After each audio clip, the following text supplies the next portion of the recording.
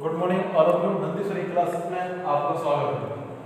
हमने कल मानव विकास के बारे में पढ़ रहे थे, मानव का विकास।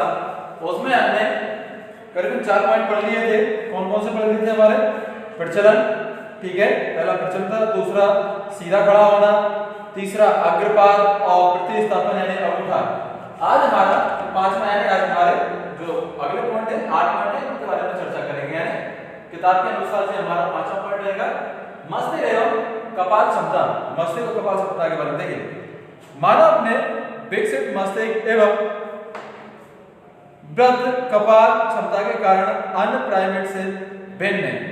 प्राइमेट यानी अन्य जंतुओं से मानव का मस्तिष्क अन्य प्राइमेटों की तुलना में असमान रूप से बड़ा एवं उच्च वृद्धि वाला होता है। यानी शरीर के अन्य शरीरों की अपेक्षा मानव मस्तिष्क बड़ा होता है और अन्य अंगों की अपेक्षा अधिक क्षमता वाला होता है। इसे मानव में तार्किक एवं विवेक, सोच, सीखने की क्षमता, ठीक है, ये सारे अंतर्दृष्टि का विकास हुआ है। मानव की कपाल क्षमता का लगभग 1350 से लेकर 2000 सीसी के मध्य होता है। यानी जो उसकी जो आईक्यू नापने वाली जो इकाई होती है, ठीक है, उसे बोला जाता है 1300 से लेकर 1350 से लेकर 2000 तक मत होता है। जबकि इसके निकट संबंधी कपियों का 450 से 600 होता है। यानी आईक्यू के बारे में अगर मानव के बाद दुनिया में कोई भी अगर जंतु, मानव के बाद अगर कोई भी इतना चतुर या होशियार या जो बहुत जल्दी सीखता है वो कोई जंतु तो कपी है। तो कपी का जो आईक्यू रहता है वो आपका 450 से लेकर 600 के मध्य रहता है। मानव का आईक्यू 1350 से लेकर 2000 सीसी तक रहता है।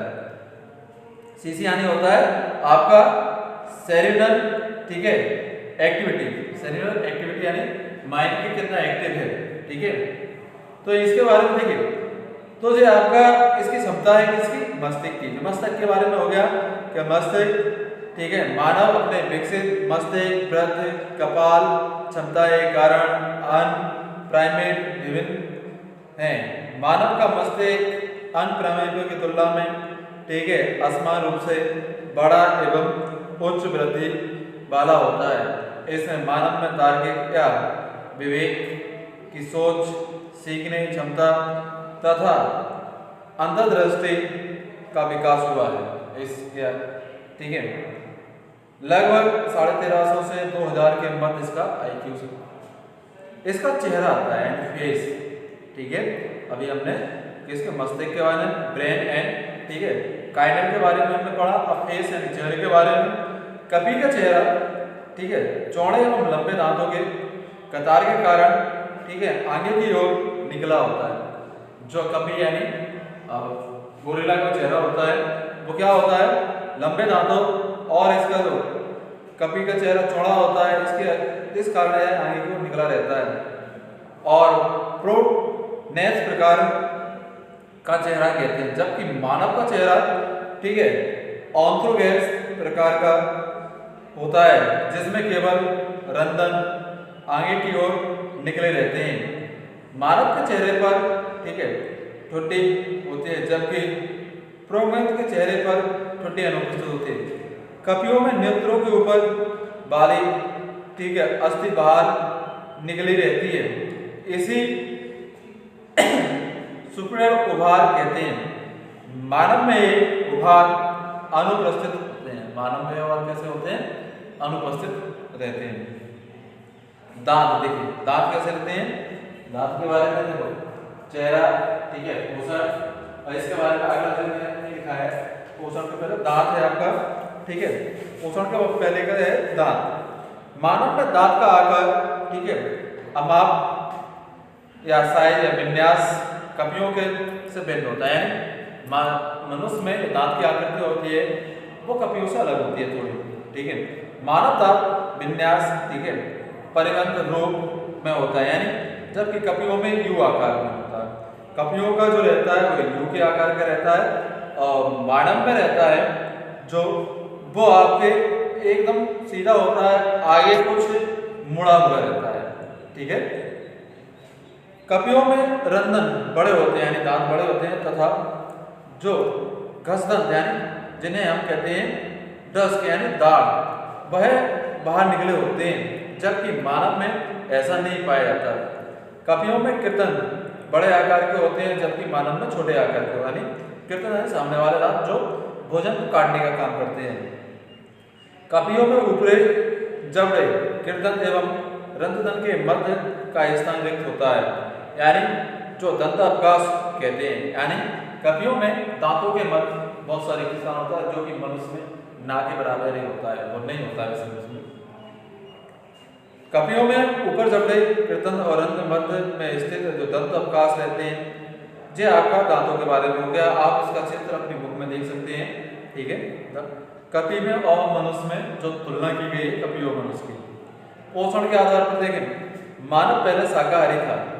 अगर शुरू में कहा जाए मानव शुरुआत में शाकाहारी था, परंतु बाद में सर्वाहारी हो गया, और बाद में एक ऐसा हो गया सर्वा, यानी सब कुछ खाता है, मांस भी खाता है और घास फूस का भी उपयोग करता है। दृष्ट नेत्री यानी मानव में सुविकसित दो नेत्र होते हैं, त्रिबिंब, ठीक है, दृष्टि पाई जाती है। इसके कारण मानव किसी वस्तु की गहराई या दूरी का पता देखकर लगा सकता है। नेत्रों की रेटिना में छड़ एवं शंकु जैसे प्रकार की समृद्धि रचनाएं पाई जाती हैं, जिसके कारण मानव रंगीन वस्तुओं को उनके मूल रोम में देख सकता है, यानी रंगीन वस्तुओं को भी उनकी मूल आकृति में देख सकता है। अगला है आपका घृणा शक्ति, यानी मानव में मस्तिष्क में एक घृण पिंड, ठीक है, कम विकसित होते हैं, अतः इनकी घृण शक्ति कम होती है, जिससे मानव में आपने देखा होगा घृणा जैसे भाव उत्पन्न होते हैं, किसी गंदी चीज को देखना घृणा उत्पन्न होना, तो घृण पिंड का। श्रवण शक्ति यानी सुनने के लिए, मानव में श्रवण शक्ति का विकास कम हुआ है। मानव सुन सकता है, पर अन्य जानवरों की अपेक्षा उसकी श्रवण शक्ति बहुत कम होती है। जैसे आप देख सकते हैं कुत्ता है या बिल्ली या अन्य जानवर है, किसी भी कोई घटना के होने के पहले उन्हें उस घटना का या भूकंप वगैरह आने के पहले उन्हें बहुत पहले आभास हो जाता है, यानी वो उस गति को सुन सकते हैं जो प्रारंभ होती है शुरू से, जो भूकंप आने की जो हलचल उत्पन्न होती है भूकंप आने के पहले, उसको अन्य जानवर सुन सकते हैं, मनुष्य नहीं सुन सकता। मनुष्य को कब मालूम चलता है जब वो घटना घट जाती है। तो मनुष्य की श्रवण शक्ति अन्य जानवरों की अपेक्षा कम होती है, खासतौर पर कपि की अपेक्षा, ठीक है। ये श्रवण प्रजनन क्षमता, मानव में अन्य प्राइमेट की तुलना में जन्म दर काफी कम होती है, यानी मनुष्य की जन्म दर कम होती है अन्य जो प्राइमेटों की अपेक्षा। इसके अतिरिक्त बहुभ्रूणता का अभाव होता है। मानव मादाओं में सुविकसित जन्म चक्र पाया जाता है, ठीक है, परंतु सतत प्रजननशील होते हैं, सतत होते हैं, यानी एक सुविकसित जन्म चक्र पाया जाता है, सतत रहते हैं, सतत एक निश्चित समय इनका लगातार चलता रहता है कभी भी, पर अन्य जानवरों की अपेक्षा। शरीर पर रोगों का ह्रास, अब क्या होता है मनुष्य का विकास कैसे हुआ, धीरे धीरे शरीर पे पहले रोम पाए जाते थे बहुत बड़े बड़े। कारण क्या था, पहले जब मनुष्य आदि मानव वाली जिंदगी जीता था तो जो रोम रहते थे वो उनके विभिन्न मौसमों से रक्षा करते थे, सर्दी, गर्मी, बरसात। अब क्या हुआ, धीरे धीरे तो मनुष्य ने कपड़ों का यूज करना प्रारंभ कर दिया, तो रोमों का उपयोग धीरे धीरे खत्म हो गया, तो जो शरीर पर जो रोम थे वो कम होना स्टार्ट हो गया, यानी सुरक्षित जीवन और शिकारी स्वभाव के कारण मानव के शरीर पर रोमों का ह्रास हुआ और सस्तर रोम पूर्ण रूप से अनुपस्थित होते हैं। तो जो हो गया मनुष्य के विकास की स्थिति दिन प्रतिदिन एक नए विकास के एक सिस्टमैटिक तरीके से या क्रमबद्ध तरीके से कह सकते हैं मनुष्य का विकास होता गया। जो मनुष्य के शरीर में अनुपयोगी अंग थे या रोम थे उनका उपयोग होना बंद होता गया और बहुत धीरे धीरे ह्रास होता गया शरीरों से। अब आता है प्राइमेट में अनुकूल वितरण। जो अन्य प्राइमेट है, देखिए प्राइमेट में, ठीक है, मानव प्राइमेट गण का सदस्य, मानव जो समूह है प्राइमेट, उसका में मानव एक गण के अंदर आता है। जो गण है हमने कल पढ़ा था, इसके भागों में बांटा था। सदस्य आज से लगभग 75 मिलियन वर्ष को, ठीक है, नूतन जीवी महाकल्प के प्रारंभ में अर्ध जरायु स्तनियों का आधारभूत या विकर्णित प्रारंभ हुआ, जिसके फलस्वरूप अनेक गणों का विकास हुआ और जिसमें सरीसृपों द्वारा घिरे हुए अनेक निकेतों अपने अधिकार में ले लिया। इन गणों में सर्वाधिक आद्यगण या इंस्टरकोडेवा था।